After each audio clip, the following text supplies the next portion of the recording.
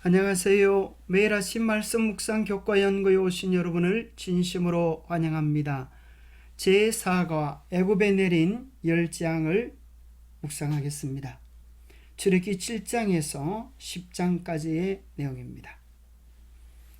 이룰소지 하나님 대 애굽의 신들 누가 바로의 마음을 강팍하게 만드느는가.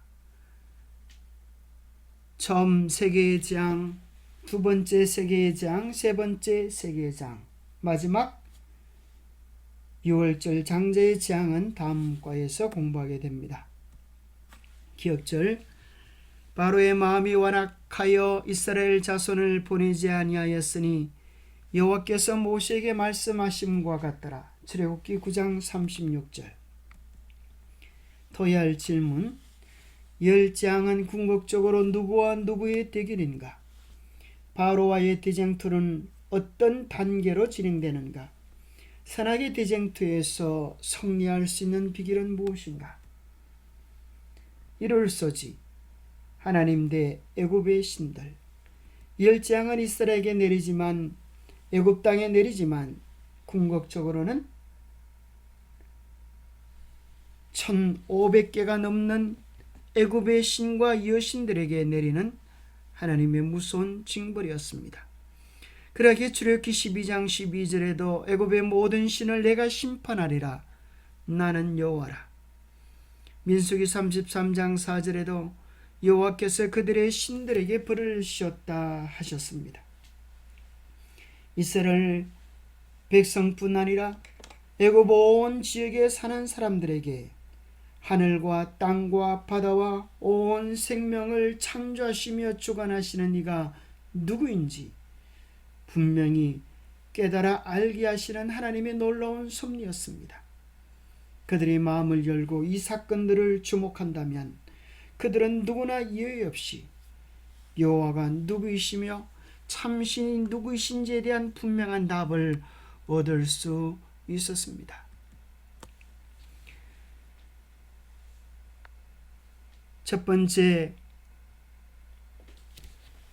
바로 앞에서 모세가 지팡이를 던지자 그들의 신인 뱀의 모습으로 변했습니다. 그런데 애굽의 술사들도 따라 흉내내었습니다. 그러자 모세의 지팡이가 된 뱀이 애굽의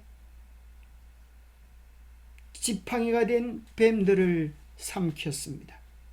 하나님의 권능이 그들의 모든 능력을 제어할 수 있음을 보여주는 강력한 징조였음에도 불구하고, 기적이었음에도 불구하고 그들은 끊임없이 하나님의 뜻에 대하여 반역하고 고집부리는 그 길을 선택합니다. 궁극적으로 이스라엘과 애굽의 전쟁처럼 보이지만은 궁극적으로 그 모든 내용은 사탄과 하나님과의 전쟁입니다. 요한복음 8장 44절에는 너희는 너희 아비 마귀에게서 났으니 너희 아비의 욕심대로 너희도 행하고자 하느니라. 그는 처음부터 살인한 자여 진리가 그 속에 없으므로 진리에 서지 못하고 거짓을 말할 때마다 제 것으로 말하느니 이는 그가 거짓말쟁이요 거짓의 아비가 됨이었습니다. 모든 우상들은 이 세상에 사탄의 거짓말의 앞잡이가 되어서 수많은 사람들을 미혹하는 사탄의 도구에 지나지 않은 것입니다. 우상의 최종적 우두머리는 사탄 마귀이고 에덴 동산에서 인류를 멸망에 이르게 했던 옛뱀입니다. 그는 아직도 살아있어 온 천하를 속이는, 꾀는, 그리하여 멸망으로 이끄는 일을 계속 진행하고 있는 것입니다. 이집트의 왕의 마스크도 보면 뱀의 모습으로 만들어져 있음을 확인하게 됩니다. 이 황금 마스크는 상체를 세운 코바라를 형상화한 것으로 보입니다.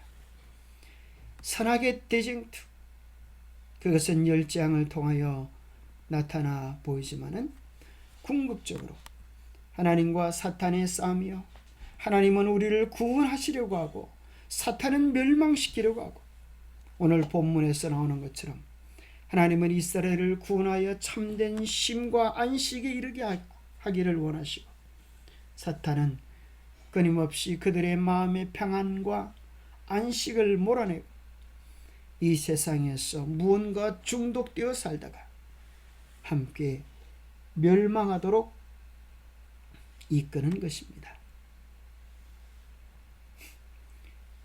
화열소지 처음 세계의 장, 피 개구리 2.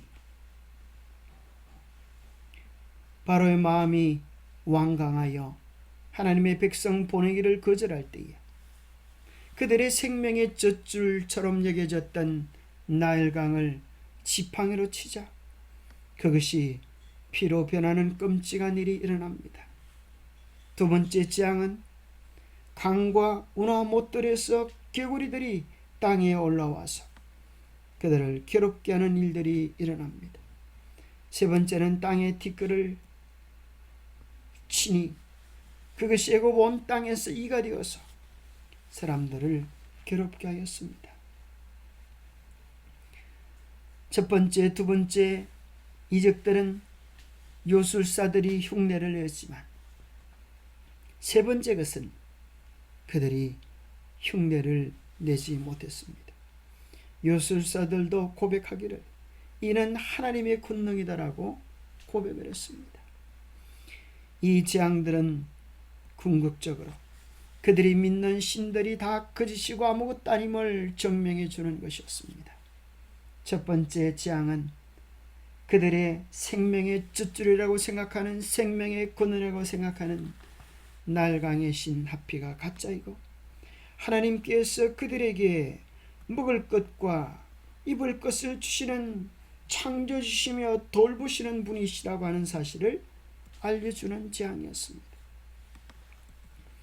두 번째 재앙은 개구리, 그것은 여신 헤켓의 상징이었습니다. 강에서 올라오는 수많은 개구리들은 그들에게 풍요를 주는, 번성을 주는 여신 헤켓의 상징물이었습니다. 그러나 그들은 개구리 재앙을 통하여 수많은 어려움과 시련을 당하면서 결코 그들이 섬겼던 헤켓가 아무런 도움도 주지 못하는 것을 명확히 확인하게 되었습니다. 세 번째는 티끌을 치자 이로 변한 것입니다.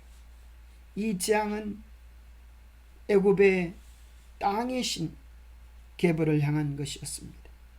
그들은 땅이 게벌 신이 관할한다고 생각했습니다. 그들에게 생명을 주고 풍성한 곡식의 열매를 주는 이 땅의 신을 숭배했지만 세 번째 재앙을 통하여 이들이 아무것도 아님을 확인하게 되었습니다. 이집트에는 수많은 신들이 있었습니다.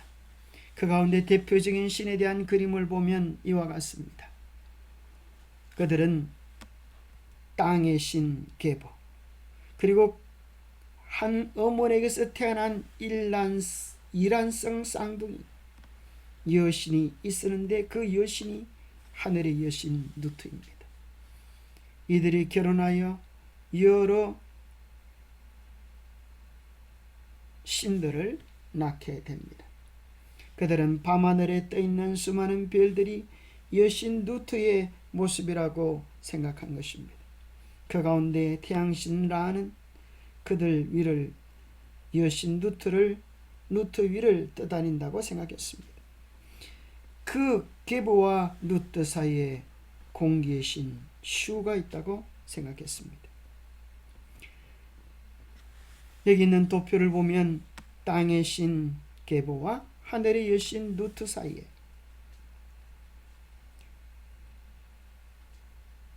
네프티스, 오시리스, 이시스, 셋 여러 신들이 탄생하는 것을 보게 됩니다. 마치 형제 사이에 어누이 사이의 결혼처럼 그들은 인간적인 신들의 모습을 만들어내어서 그들이 온 세상을 주관하고 다스리는 것처럼 꾸며왔지만 그 모든 것은 거짓이라고 하는 사실을 알려주었습니다. 제일 위에 있는 신은 아트룸, 태양신 라였습니다. 그건 역시 마지막 9번째 재앙, 10번째 재앙 전에 있는 9번째 재앙, 흑암 재앙을 통하여 그들이 믿는 태양신도 하나님의 권세에 어쩔 수 없음을 확인하게 되었습니다. 수혈소지, 파리 가축 종기는 질병에 대한 것이었습니다. 그들이 섬겼던 파리의 신 우아치트, 소의 신 아피스, 그들에게 건강과 치료를 가져온다고 생각했던 어술 마법지의 여신 이시스, 세크메트, 이모텝, 이 모든 것이 거짓임을 증명하고 하나님께서 이 모든 하늘과 땅, 인간의 건강과 생명을 주관하시는 분이라고 하는 사실을 확실히 알게 되었습니다.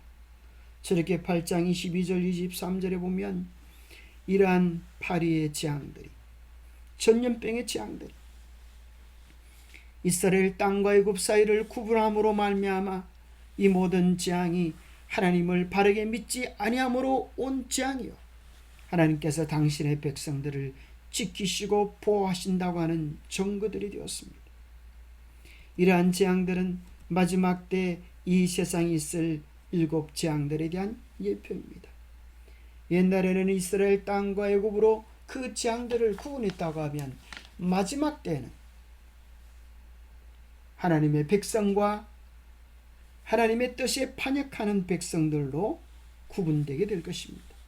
하나님의 뜻에 반역하는 자들을 짐승의 표를 받은 자들로 묘사하는데 바로 그들 위에 7 재앙이 쏟아질 것을 계시록 16장 1절 2절은 이야기합니다. 짐승의 표를 받은 사람과 그 우상에게 경배하는 자에게 악하고 독한 종기가 날 것입니다. 그러나 하나님의 명령을 순종하기를 즐겨하고 하나님을 전적으로 따르는 자들 위에는 하나님의 인이 처진바되고 그 재앙 속에서 당신의 백성들을 하나님께서 지켜주실 것입니다. 목열소지, 우박, 메뚜기, 흑암 재앙을 통하여 하나님께서 천지 만물을 주관하고 계심을 보게 되었습니다. 하늘의 우박도 비도 햇빛도 밝음도 어둠도 하나님께서 주관하고 계시다고 하는 사실을 명확히 알게 되었습니다. 우박을 피하여 남은 밀과 쌀보리는 메뚜기의 재앙으로 인하여 하나도 남지 않고 어려움을 당했습니다. 뿐만 아니라 3일 동안의 흑암 재앙을 통하여서 그들이 믿는 누토신, 농작물의 신 오시리스, 세트, 폭풍, 전쟁, 무질서의 신, 그 다음에 태양신이라고 생각했던 라도, 달의 신이라고 했던 토트도 자기들을 지켜줄 수 없음을 뼈저리게 경험한 것입니다. 하나님의 권능에 대한 온전한 순종만이 이 모든 재앙들 속에서 안전할 수 있는 유일한 방법이었습니다. 그러한 재앙들과 어려움 속에도 바로는 쉽게 항복하지 않습니다. 어떻게 할 수 있다고 하면 그는 하나님의 백성을 더 붙잡고 그들을 괴롭히려고 하는 그의 마음을 더욱 강화시킵니다. 첫 번째 단계에서는 바로가 말합니다. 여호와가 누구에게 그의 목소리를 듣고 이스라엘을 보내겠느냐? 나는 여호와를 알지 못하니 이스라엘을 보내지 아니하겠다 했습니다. 하나님께서 개구리 재앙으로 치신 이후에는 내가 이 백성을 보내겠다, 제발 살려달라고, 이 재앙이 멈추게 해달라고 얘기합니다. 그러나 재앙이 멈춘 후에는 또 마음을 돌이킵니다. 파리 재앙 후에는 좋다, 너희가 제사를 드리기는 하되 이 땅에서 제사를 드리라고 합니다. 그런 다음에는 너희는 멀리 가지 말라고 양보하는 듯합니다. 메뚜기 재앙후에는 좋다, 가기는 가라. 그러나 장정만 가고 너희 자녀들은, 처자들은 놔두고 가라 말합니다. 6번째 단계는 9번째 재앙후에 너희들 가고 싶으면 가라. 그러나 양과 소는 머물러 두고 어린 것들은 너희와 함께 가라고 이야기합니다. 이런 때에 모세의 답변은 무엇입니까? 우리의 가축도 우리와 함께 가고 우리의 모든 가족이 함께 출애굽할 것입니다. 우리는 광야에서 하나님을 예배하는 하나님의 자녀로 하나님께 영광을 돌릴 것입니다. 오히려 하나님은 이스라엘 백성들에게 존귀 여김을 당하게 하셔서 쫓겨나가는 것이 아니라 애굽 사람들에게 언금 폐물을 구하여 그들의 수고의 보상을 가지고 나갈 수 있도록 하셨습니다. 애굽 백성과 바로의 눈에, 바로의 신하들의 눈에 모세가 아주 위대하게 보이는 하나님의 놀라운 역사심이 함께했습니다. 기도하겠습니다. 하나님 아버지, 우리로 하여금 출애굽 속에 나타난 선악의 대쟁투를 명확하게 보게 도와 주옵소서. 사탄은 어떻게 하려든 우리를 붙잡아 멸망시키려 하고 괴롭히게 하고 이 세상의 즐거움 속에 중독시켜서 하늘로 가지 못하게 애를 씁니다. 우리로 하여금 믿음의 대행진을 하게 하시고 철로 역정 같은 때로 힘들고 어려운 길이지만 그 속에 소망이 있고 생명이 있고 기쁨이 있고 행복이 있음을 깨닫고 우리의 모세 되시는 예수 그리스도를 따라 믿음의 행진을 하게 도와주옵소서. 사단의 간계한 계략들도 말씀으로 믿음으로 이겨내어서 온전한 해방에, 온전한 구원에, 온전히 약속의 땅에 이르는 우리 모두가 되도록 우리의 마음을 지키고 우리의 가족을 지키고 우리의 헌신을 지켜 주님께 충성하도록 도와주시옵기를 우리 주 예수 그리스도 이름 모자하여 간절히 간구하옵나이다. 날마다 주님을 바라보며 주님 안에서 온전한 기쁨을 누리는 우리 모두가 되시기를 축복합니다. 감사합니다.